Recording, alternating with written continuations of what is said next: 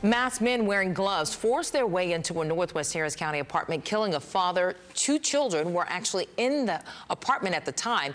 This is where deputies are focusing their search this morning. ABC 13 reporter Jeff Ealing is there at Easton Commons near Highway 6 and 290 with more on what happened. Jeff?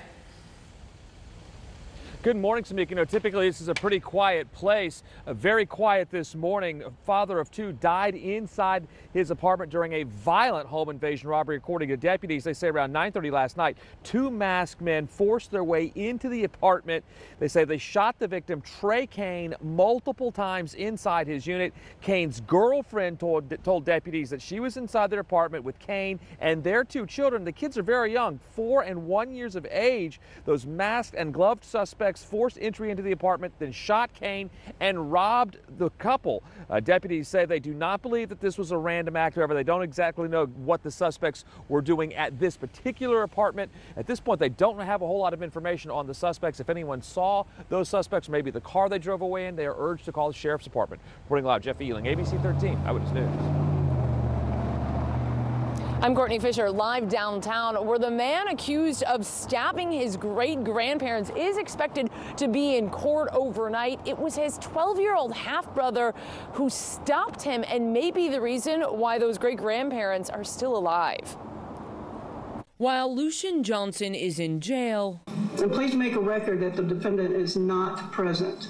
Doctors are trying to figure out, is he mentally stable? He's charged with stabbing his great-grandparents. The 76 and 92-year-old are both alive, likely thanks to their other great-grandson. It's just messed up for what he did. Sasha Vibag says he grabbed the knife from Johnson after Johnson lunged at their grandparents, stabbing them under the jaw with a pocket knife.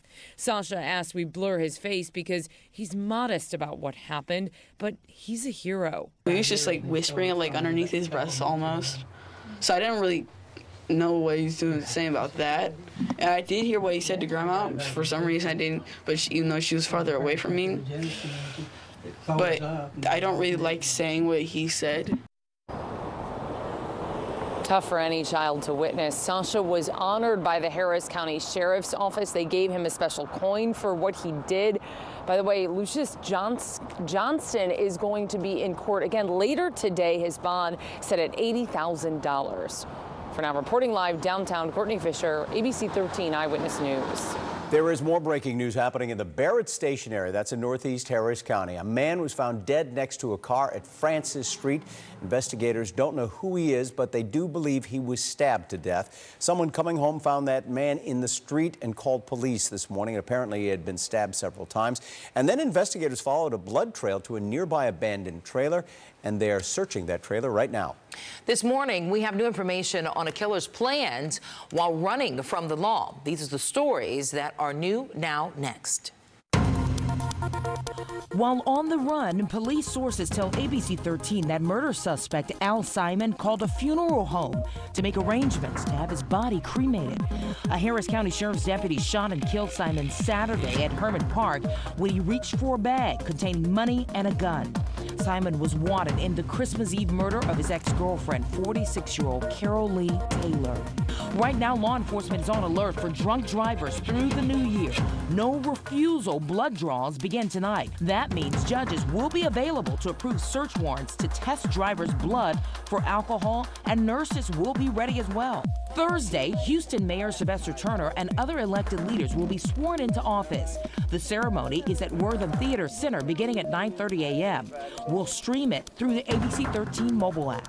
Get an early start to New Year's celebrations. The Children's Museum of Houston will host a midday ball drop and music for kids' dance party. The museum is open between 10 a.m. and 3 p.m. J.J. Watt's return to the Texans isn't quite official. He's been sitting out a number of weeks with that torn pectoral muscle, but he did suit up for practice last week, and the coach says he may decide before the game that J.J.'s back in. I don't know that yet. We'll have to see, how he's doing today, tomorrow. We'll continue to kind of evaluate that, and then, obviously we'll let you know. Just continuing to build, on what he did last week, rep-wise, and, some of the things that you would have to do relative to what his injury was. Question is, will wide receiver Will Fuller be playing this week? He says he's headed in the right direction, probably will start Saturday.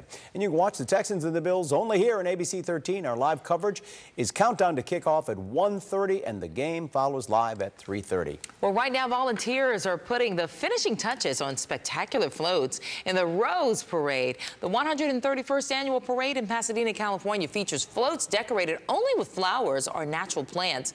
Nothing artificial is allowed. The Pearland High School Marching Band was picked to perform in the parade. And here is the group right in front of the Rose Bowl Stadium. The parade kicks off tomorrow morning at 10 a.m. and you can watch it right here on ABC 13. All right, we'll get a final check of your weather forecast. Here's Alita. It's going to be a cool and dry end to 2019. Pleasant today with mostly sunny conditions. We'll start to see a fetch of higher level clouds moving through later on this afternoon into the evening. Otherwise, temperature readings are seasonably cool, right around 62 degrees. Some low 60s as well down along the coastline. Gets a little bit warmer on the southwest side of town.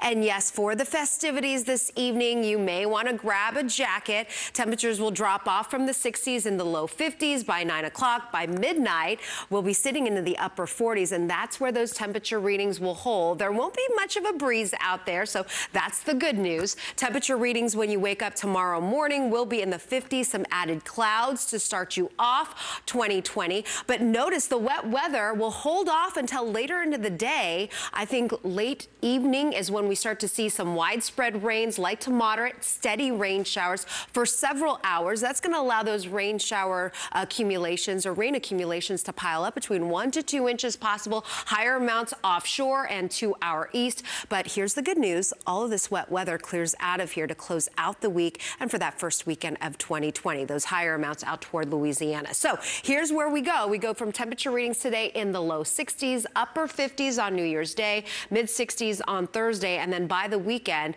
we get closer to hitting that 70-degree mark until our next cold front arrives next week, and that's when temperatures will be back down into the upper 30s by Wednesday morning. Catherine. Well, Alita, we are looking ahead to the New Year's holiday, and Metro is actually offering free rides over New Year's. So starting at 6 p.m. this evening, you can enjoy free rides on Metro buses, on light rail, and Metro Lift until tomorrow morning at 6 a.m. There's a different schedule for the New Year's Day holiday. Buses and light rail will be on a Sunday schedule.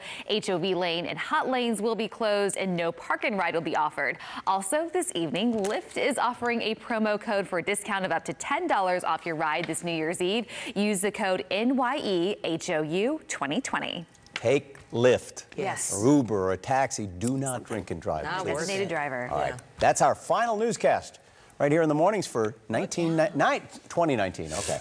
What is it with you in 1919? Was that a good year for you? Very good. Oh, Very good. Yep. Very good. Very good. And scene. Have a great New Year.